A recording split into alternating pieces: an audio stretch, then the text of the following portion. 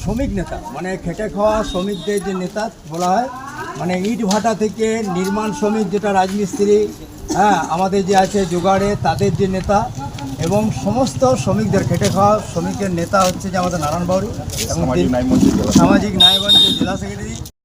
আজকে আমরা মিটিং করার জন্য সেরকম আসেনি, নারায়ণদাকে এমনি একটু সময় ছিল, আমরা রিকোয়েস্ট করেছিলাম যে নারায়ণদা আসবে, আমরা যারা আছি কর্মীরা তাদের সঙ্গে পরিচয়। ঠিক আছে, তোমরা এখন আমাদের নারায়ণদাকে এটা মালা দিয়ে আমাদের সীতারাম দীর্ঘদিন, এবং বলা যায় যে সীতারাম হচ্ছে বিবেকদার প্রিয় কর্মী, বিবেকদার একনিষ্ঠ কর্মী ছিলেন। পার্টি অফিসের যত বই পেপার সমস্ত কিছু গুছায় রাখার দায়িত্ব ছিল আমাদের। সীতারামকে বলবো যে মালাটা পড়ায় স্লোগানটা দেখ।